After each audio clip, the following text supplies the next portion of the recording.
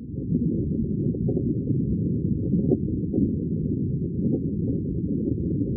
right. Welcome, Randy. How are you?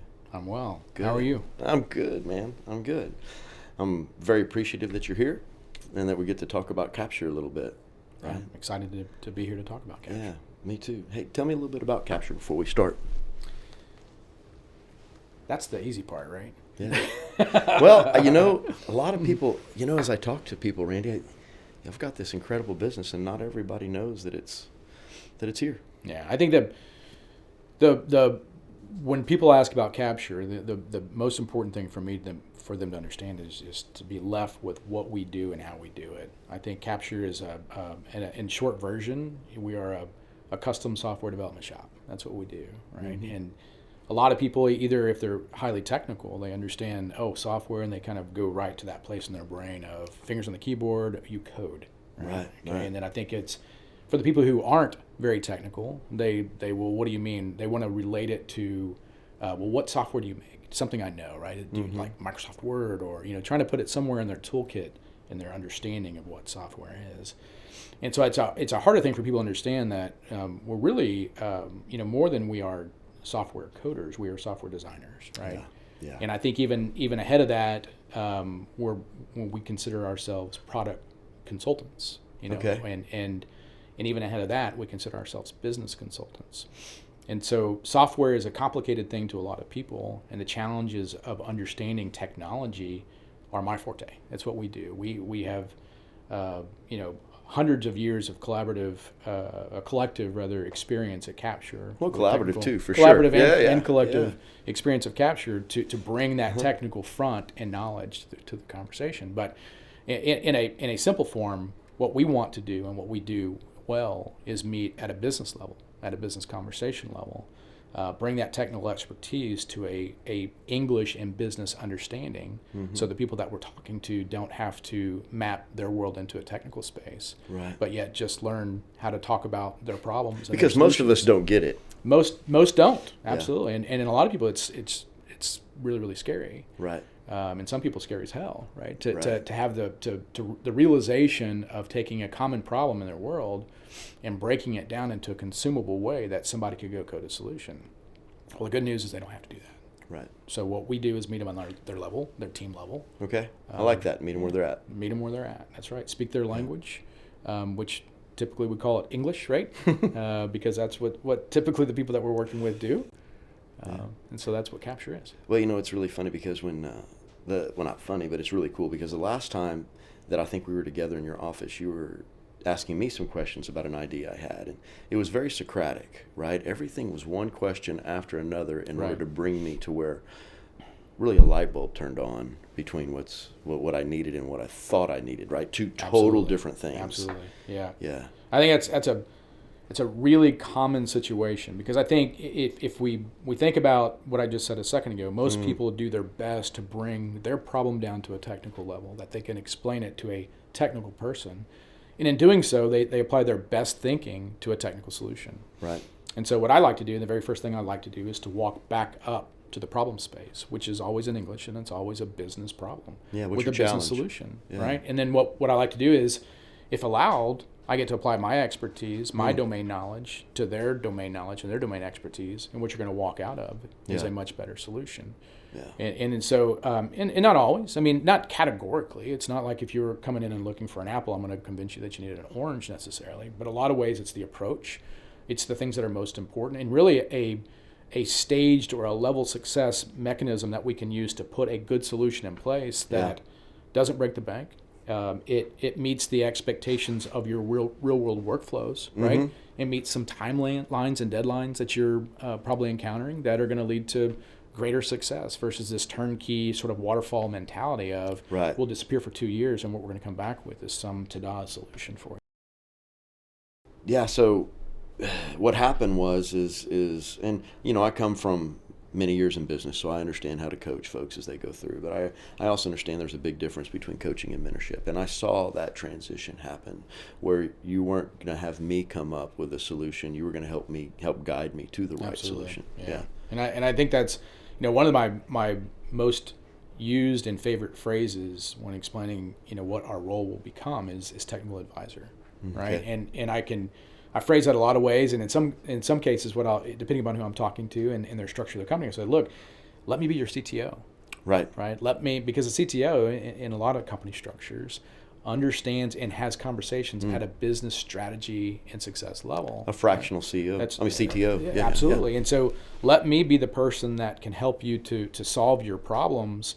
But to do that, in order to do that, I have to build your trust, and you have to see good value in that. Right. And so a big portion of what we talked about, even you and I personally, is me, one, demonstrating that I understood what you're talking about, and I can relate to your business struggle or your business need, even if I don't have any industry-specific knowledge, even if I don't know your company, right? Because I think in patterns. We do. That's what any good problem solver does, is instantly starting to think about patterns and how can I communicate with you in a way that we create a common language, we create trust, I acknowledge and reflect your pain, your concern, your need, and then show you a path forward that answers to all those things in a layer of accountability that I'm setting up for myself. Because I don't, the last thing that I would ever want to do is build software for someone that they didn't need. Right. And in fact, some of the very first questions that I ask people are, what have you done to figure out if there's an off-the-shelf solution for the problem that you're trying to solve? Do you need something that's tailored? Do you even need this? Because custom software is not cheap. Right. And the process is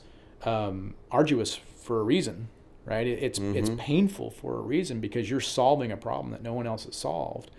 And to do that, you have to dig in really, really deep and understand what success looks like. So technical advisement is what we do, and I will not let us move forward without defining what business success criteria looks like. And oftentimes in that first meeting, I'll ask them. I said, look, let's envision ourselves 6 months down the road, or 6 months after delivery of your solution. What are you going to use to decide whether or not this was a success or not? Right. And if they can't articulate it, we keep going. Right? Or I'll say, how about this? Because this is what I heard. I heard you say, we want to, cut manufacturing time down by 10%. Or I heard you say, look, I'm having trouble with an aging workforce, and the newer folks think differently. And so what I really need to do is get a transference of knowledge from the more senior people who are looking at twilighting their career to the younger people. And the mechanisms for teaching the younger generation is way different than it was before. That's right. And so you start looking at that, and they've set success criteria that maybe they don't even realize. Yeah. So the joy of that is kind of, let me just give you your words back out. But instead of just saying it and acknowledging it and nodding, I'm going to write it on the board. Yeah, because and make it measurable. Now there's a checkbox next to it. Right. And if we don't check that, then we're failing. And then everything that we do through the solution design from then on out is looking back up through that lens. And if the lens changed, that's fine. So we're not trying to be too rigid. Right. But at least let's stay on track, because when you can, as you know, when you start to ideate solutions, you can go broad and deep and wide and everything else. And next thing you know, you've gone way far off the mark. Well, and I think you brought up a good point, is because as spectacularly smart as this new generation is, the big difference is that they really need to be and want to be process driven. Absolutely. And that process, when somebody like myself brings a problem to you, it's philosophical. And to be able to bring that down to, hey, this is going to be measurable, this is the process, this is it. And then at the end, it's your differentiator, right? So that piece of software that is gonna make you different in the market than everybody else, and that's pretty big. Yep, it's good. It's good. New generation too is not only used to, but demands technology. It does.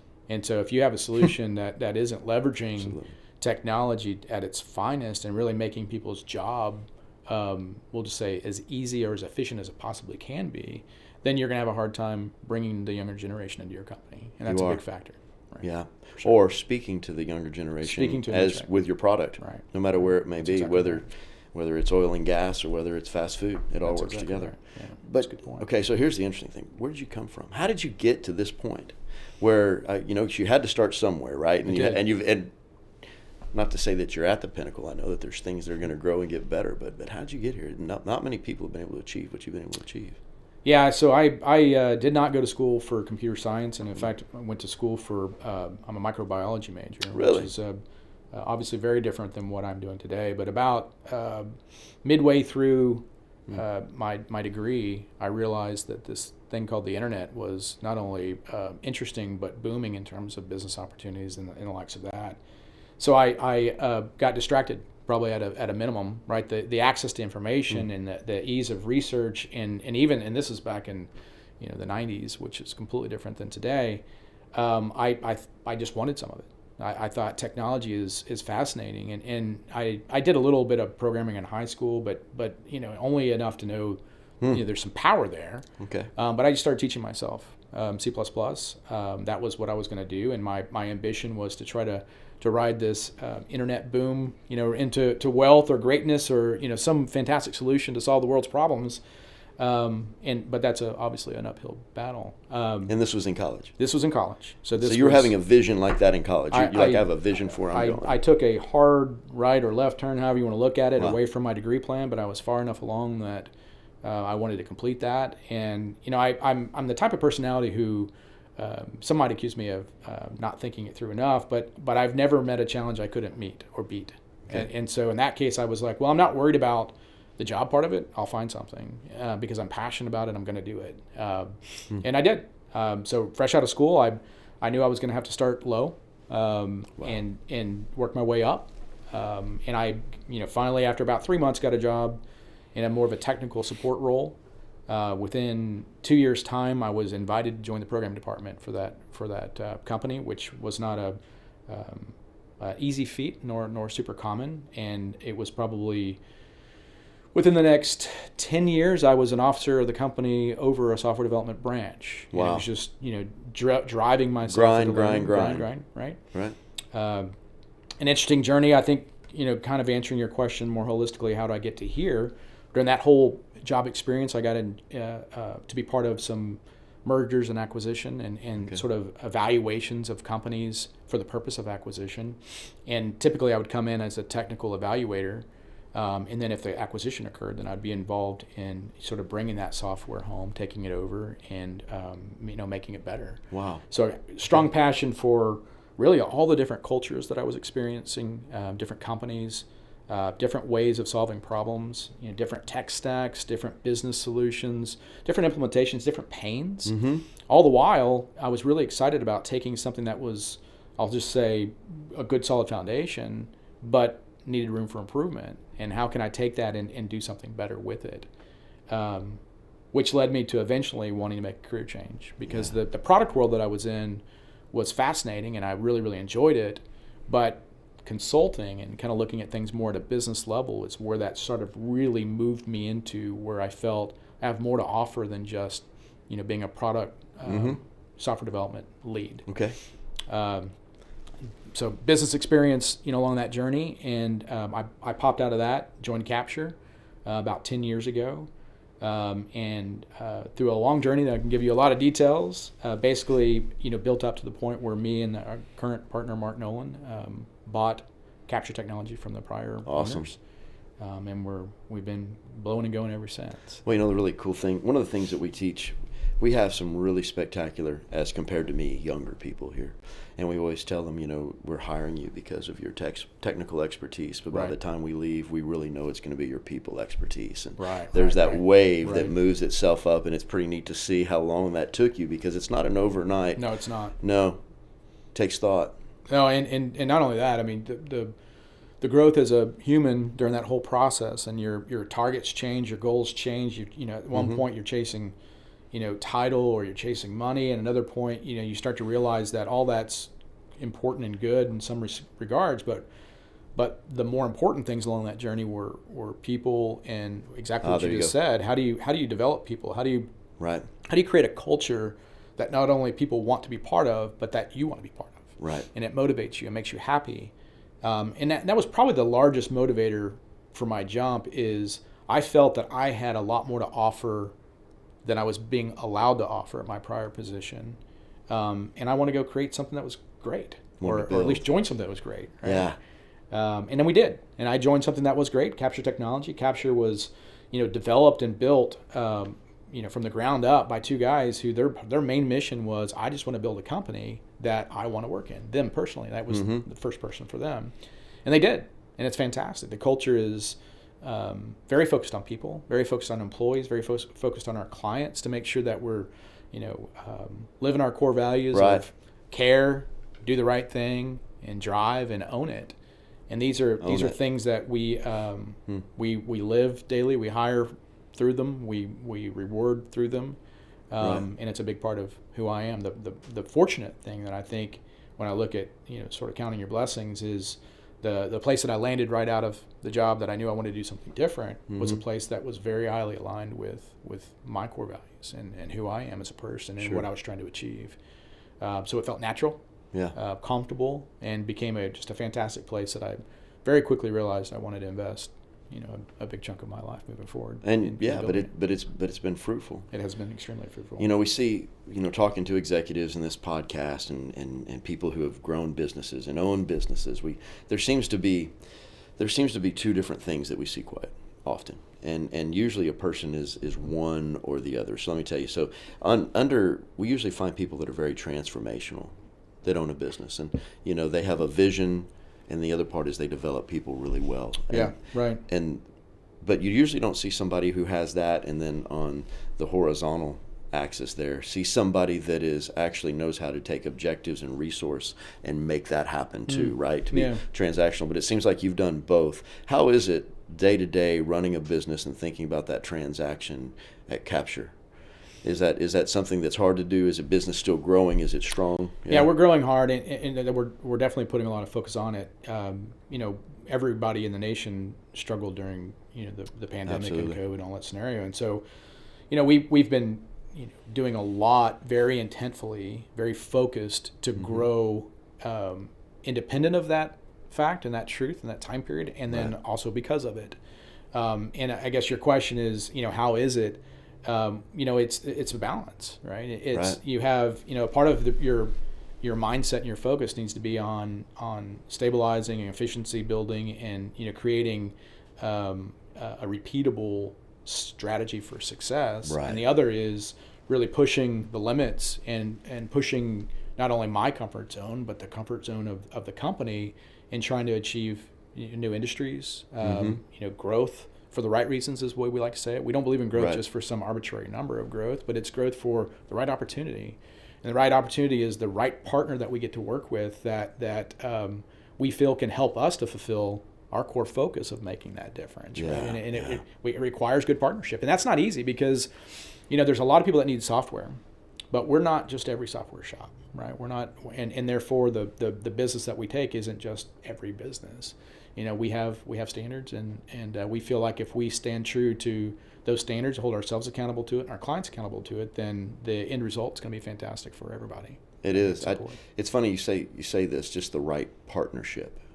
Key off on that word partnership. One of the things that I found getting through our 2 years of pandemic and being in business is that there were those folks that stuck by me that were partners, and that there were those folks who were just there for the transaction, right? Right. And when times were really good, making that difference, seeing that difference was hard. So was there a deep dark moment during COVID when you said, "Hey, I'm going to stick to these folks who trust me"? Was there something that happened at that point in time? Well, the world flipped on its head, obviously, and we probably experienced somewhere between a 30 and 40% dip in revenue almost within 3 everybody months, did. Right? Everyone did, right? So the deep dark was obvious, but I guess more reflective on sort of our intent when we take on clients is we want to stay in areas of relevancy and stick in areas of the company that really, really matter and they really make a difference. Therefore, I think just naturally some of the way that we target business and target our partnership, we're working on things that we tie back to huge business success because we want to help them to achieve that. Right. And those, fortunately, were some of the last things to go in the time of economic strife. Sure. Right? And they typically are. And so I think although there were a lot of pains, don't get me wrong, we had good solid partnerships with people who they relied on us. Not just because we're their software provider, but because we're a big part of their team to help them through the tough time that they were going through. Obviously, we were going through it, they were going through it. And I think a good partnership leans on each other at the time of need and strategizes on a way out. Well, it made everything. That was the big difference with everything. And the other thing I found, and maybe you can speak to this, is how do you go about connecting your team with that client? How do you embed and make sure that y'all are carrying that common flag? Absolutely. Because we measure, we hire for it, We measure it regularly. We reward it, that behavior. Right. I mean, we have a lot of different roles in our company, and we're constantly speaking to what our clients' needs are. How do we solve them? How well we're doing in solving them. We have an entire functional leadership team that measures our project health, and a big portion of that is not just technical, but it's relationship. Behavior's everything. And we actually, I mean, in a non-judgmental way, we measure what does our clients' outlook seem to be? What is their roadmap, business roadmap? And how are we playing into that? Because if we might have a great technical roadmap we're working on, blowing and going, but if we stop seeing the vision out of the client, at times that's concerning for us. And we go back and recreate the conversation, go, hey, we haven't heard much in this regard. Here's some thoughts we had. So engaging them on a business level of conversation, and that's part of our measurement. How well are we doing that inside the walls? And so it's how do we insist on it or enforce it or teach it daily? I mean, everything we do. I mean, our process is full of it. The measurements are all about it. And I think the people that are most successful in our company and interact with our clients are the ones who get it and do it, right, on a regular basis. Yeah. Working with companies, I just have a firm belief that leadership ends up being about everything. Yep. You know, you can, in an up market, everything looks good. And sometimes your financials are awesome. Yeah. Yeah. I think there's another way to look at that too, which is, success is a lousy teacher. Right? It is. And I think it's probably what you're really saying. And I think that was a big part of what we accomplished during COVID is, although we weren't failing, that time period that we were down, we made lemonade out of lemons, right? We spent that time of really working introspectively and figuring out with the goals that we had for the company that we're trying to get into new industries, what are we going to need to do to prepare for that? And when we got a lot of people sitting around, let's give them purpose, right? The purpose that we already had lined up on our roadmap anyways. Well, let's just really maximize on this opportunity and do something good with it. Shared purpose is huge. That's exactly right. But I just want to highlight that idea of success is really a terrible teacher. Is really that's a big one to come into, right? Because in the end we're pushing for success. We're going to be success, but in that what we're really talking about is when the markets are up, maybe that's not as hard as when you have to grind with your client, right? You have to get down there and make it happen, and you have to meet them where they're at, knowing their revenues are down, knowing you have to get to where you're going. Yeah, that's tough. Plus you have to find new clients. You do. Yeah. And I think you end up tolerating inefficiencies at a greater order of magnitude when things are going well, and I think that those same inefficiencies are like neon signs when things aren't, right? Because everyone's focused on them. So I think it's the successful business can take a close enough look during the times of success to realize that hey, there's still things that we need to be working on. We still for instance, if your portfolio is stacked full of hot leads, that's not the time to stop your marketing efforts. Right? That's the time to really emphasize them. Pipeline's everything. Pipeline is everything. So, and I think that's an obvious example, but that translates all the way through my company from an operational standpoint on a daily basis, because what we do and how well we do it matters. Right. Matters a lot. Now, you've told us a lot about the team. You've told us a lot about how Capsher as a whole operates in the, in working with folks. But how about yourself? How do you like to interact with the client top to top? Because most of the time, somebody that's going to be able to afford something like you produce, that you end up working with someone in the C-suite as you move through there, if not the CEO, because has to have that trust relationship. That's right. How do you go about doing that? Well, that's the goal is to make those connections as high up the accountability chain as we possibly can for the reasons that you just described, and because we want people to see us for who we are. Right. And Mark and I, any new account, we're there, and we have a role called account management. And the account management role is intended to be ongoing in terms of measuring what we're delivering and how we're delivering it. Mark and I act as senior account managers across the entire company because we want them to see us and know us, and have confidence in the people that are making decisions on the company. We're small, right? And small businesses have struggles. When big businesses are using small businesses as service providers, when things get very, very important, sometimes they start to wonder who's making the decisions around here. How are they stable? Are they built for the future, and that sort of thing. And so I think the other thing is I want accountability. I want to develop a close enough relationship with them that they understand who we are at a company level. They understand how we make decisions, but they also understand that I'm making a promise.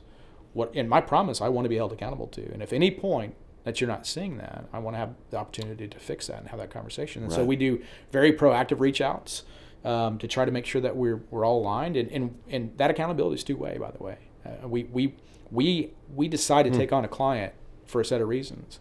And if as we get going, we don't see those things coming to fruition, then we have the conversations with our clients that way as well. So a little bit of separation from the operational aspect of getting project work done, from managing the relationship at an account level, and really at a deeper, service provider and partner level. And that's where Mark and I spend a lot of our time in those bigger relationships. Yeah. Was there, and I'd like you to articulate, if you can't think of one, that's okay too. But was there ever an account that you had that really you thought, wow, that really shows who we are? Man, I think there's plenty of them. And, a lot of times, companies reach pivotal times in their growth cycle. A lot of times people come to us, they're either really, really large companies that are just buried deep with a lot of budget and process and all these types of things. And a lot of times there's clients that come into us that are very innovative and entrepreneurial, and they're just starting something. And several accounts have come to us with an idea that we've taken from idea phase to high business success. And the trust that you build with those people along the way, not only are you their technical advisor, and not only are you their fractional CMO, but you're their friend, right? And they lean on you for just business decisions. And there's the old saying that it's lonely at the top. They just need somebody else that they can talk to that understands a business consideration or pain to be able to share a thought with, or an idea with, or stress with, and that sort of thing. So becoming that partnership at that level, and it's not just at the entrepreneurial groups, it's also at the various companies where we really ingrain ourselves and create good relationships. These people reach out at a personal level, and being able to make a difference not only at a business level but to impact lives. That's why we're doing this. Software is just the vessel. Right. We're problem solvers. We're life changers. We make a difference because we want to make a difference. That's awesome. And we like to motivate ourselves on a day-to-day basis by measuring how well we're doing in that regard. If it ever gets too mundane, or we're just running through the motions and we're just fingers on the keyboard, and we can't see the greater good that we're accomplishing for that particular person or that client, then it's the gravity effect on your motivation is just heavier and heavier and heavier. Right. So I don't know if I give you a specific example you're looking for. No, I think that's good. That relationship tie. Yeah. There's multiple examples. And I'm sure it happens over and over. But being an entrepreneur since I was a kid, in many different ways, I can really appreciate the emotional up and down that you're talking about. Yeah, right. You have some days where it's just the best day you've ever had, and other days where you are almost crying because you don't know how you're going to make payroll. Right? So I know those, and sometimes I do cry. So the ebb and flow as that goes, as you feel that. But if you walk that path alone, it's difficult. And what's funny is that most of the time today on the entrepreneurial pathway, technology is key. Yeah. Right? There's not a lot that you're going to do that you're not going to have to engage one way or the other in technology, and having somebody there that can help carry that burden of leadership is huge and is willing to. There's not many people that will pick up the phone and let you vent, That's true. For sure. That's true. And it's a big deal. But let's talk about you for a minute. Okay. What do you like to do? I like the outdoors. Yeah. I like golf. I like fly fishing. I like the mountains. I like fresh air. I like wing shooting. Me too. I do. I enjoy things that are, I think, in that mountain wood leather realm. Yeah. Right. I mean, it's just sort of speaks to me, and I think that's something that, several of the people in the company, for sure, Mark, my partner, and I, I can't remember which test it was. We've taken so many of those personality tests, and it was when we were in a partnership for the company. And Mark and I came back as rated so highly motivated by being outdoors. The person who was administering the test, he goes, "Why are y'all here?" You're doing software and you want to be outdoors. Yeah, well, it's kind of a work hard, play hard deal, and that's a big saying that we have around Capsher all the time. Work-life balance is important, and if you don't find me at the office, and I'm on vacation mode, you're going to bet I'm going to have a fishing rod in my hand, or I'm going to be staring at a mountain. I'm going to be hiking. I'm going to be something outdoors, and that's exactly the way Mark is as well. And it speaks to us. And I think it's another key thing that we haven't talked too much about, but the right partnership in business means everything. right? And he and I being aligned in that, and then really pushing that and carrying on what was started at Capsher, but making sure that work-life balance is focus and key. And I want people to work their 40 and get the heck out. And I want them to go have fun. I want them to have a life. I want them to have passions. One of the interview questions I don't ask a lot, but I try to interview as many people as I possibly can. But the only question I really care about is when I say, tell me something that you're passionate about. And I say, not software development. Because I don't want it to be an interview answer. I want to know what you care about, what makes you tick. Right. Because I think people who have outside interest outside of work will be fulfilled. They'll be full, right? And you come back to the office after you're full and fulfilled, and then you be happy and you're motivated and you're focused on delivering the success that we need to for our clients. Right. And so I think the way I like to phrase that is you're more whole. Right. Not stressed out, not worried about deadlines all the time, but just get out and have a cocktail. Have some outdoor time, specific, and I think most importantly too, family oriented. Right? It's we have a lot of families.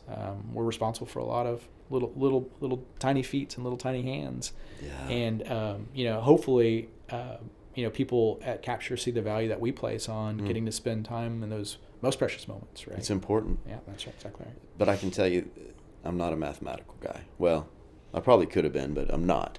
But with a fly rod in my hand and the motion of casting and that thought process is mathematical, but is this someplace you can go where you can actually forget, right? You can forget a lot of things, and it is sequence, process driven, piece by piece. And if you're really into like putting more weight on the bar as a metaphor, man, that's it, because you're always trying to get better at it, and it's kind of elusive, right? I agree. Yeah. There is almost nothing like it, just having that rod be an extension of your body. And typically when you're in the places that you're fly fishing, the beauty, the sounds, the smells, there's almost nothing like it. There's nothing like it? There's nothing like it. How do you find talent? How do I find talent? How do you find talent? Capsher? Well, because you're talking about the people you bring on, and you're asking these questions, and you're trying to get the work-life balance, and you're treating them with 40 and go, and how do you find talent? So I think that's a deep question in terms of the right way to get people to show up. We're fortunate enough that we have a fantastic university in our backyard. Yes. And we believe that there's a set of core values that typically comes along with that. So we're fortunate in that regard. Right.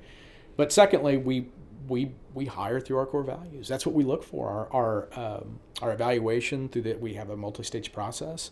We're asking questions. We're looking for the right answers. We're looking for people who have a shared set of goals as us, which if you're, I say this all the time, if you're looking to climb a corporate ladder, joining a company of 95 people is probably not the right place to do it, right? So having real conversations and getting down to where you're reaching people at a vulnerable place where they can be open with you about what they want and what they're trying to do, and we can do the same. So, technical skills are easy. I can teach anybody technical. But teaching people the soft skills, the core values, to me, that's, I won't get into a philosophical conversation with you on that, but that's kind of what mom and daddy were supposed to do. Sure. Right? And so what I'm looking for is alignment. Another thing that I say in my interviews is I said, look, I just don't take this the wrong way, but, me hiring you and you getting this job is not an at-all-cost scenario. Right? I've got a lot of applicants, and you've got a lot of places you can apply. So what's the most important thing when you walk into Capsher is that you feel absolutely 100% comfortable asking whatever question you want. I said, I'm putting real people in front of you that work here, right? Because they want to, not because they have to, right? They're not scripted. They're not actors. Ask them any question you want. And I'm going to ask you one question at the end of this. The question I'm going to ask is, do you want to work at Capsher? And neither answer concerns me. If the answer is no or the answer is yes, I'm just going to ask you the next question, which is why. Right. And I said, I give them the answer before the test, right? Really, or how to answer it. I said, I just want to know that it's something better than just a job. If this is just a paycheck, wrong spot, right? So I do classify that as talent, because the talent that I'm looking for is the innate ability to meet our core values and not only like it, but be searching for it. Right. And I think that's key. And if we can find alignment there, then the rest of it we can teach. It's obvious that you're all in. For sure. All in with Capsher. All in. Right. All in with everything you do, but specifically Capsher. So, in this last couple minutes that we have, tell us just why Capsher? Why, if somebody had a choice between Capsher and 2 or 3 other competitors in the same league, why Capsher? Yeah, I'll go back to culture, but I'll go more specific. Mark and I care, and I could stop right there. And if you could reach into the soul and hear the song, you'd understand exactly what I was talking about. But I spend so much time focused on building a company and making company decisions that impact the lives of 95 families. And it's not profit first. It's not technology prowess first. It's not trying to go solve some personal vendetta or mission or goal. It's really focusing on building a place and maintaining a place that people can thrive. And going back to what I said before, and be whole. Mm-hmm. And so stepping outside of the cultural side, I this might come across a little egotistical, but I think we're better. We do it better. And the reason that we do it better is because we're focused on real success. And we want people to be successful. We want our people to be successful. We want our clients to be successful. And as a result, we just do it better. It's almost like, you asked about the recipe that your grandma used to make the cookies, and you always want to know the secret recipe, and she'd tell you it's love. Well, to some degree, I think that's what it is. It's passion. It's if I can say it, it's give a shit, right? We care. We like to get stuff done, and we're good at it, and we do it with the best of intentions, and our core values aren't just words. They're what we live by. Awesome. And so I think that's why we're better than our competitors. Well, that's it. Hey, thanks for coming. I appreciate it. Thanks for having me. I think we know a little bit more about Capsher than we did when we started. Well, I appreciate the opportunity to talk. No, you did great, man. Appreciate it. Thanks, Brad. Thanks. Thanks. What you think, Brian? You all right? That was kick-ass. That was great. That was good. Yeah. Yeah. Are y'all going to banter after this, or just cut it? No, I think, man, we've been at it almost an hour. Yeah. So I say that we let him break before he has to go to the next school. the next one, and then you get the master choreographer. Mr. Oh Tim. boy, sure. That's what I need. But no, you did a great job, man. I'd buy from you if I could afford you.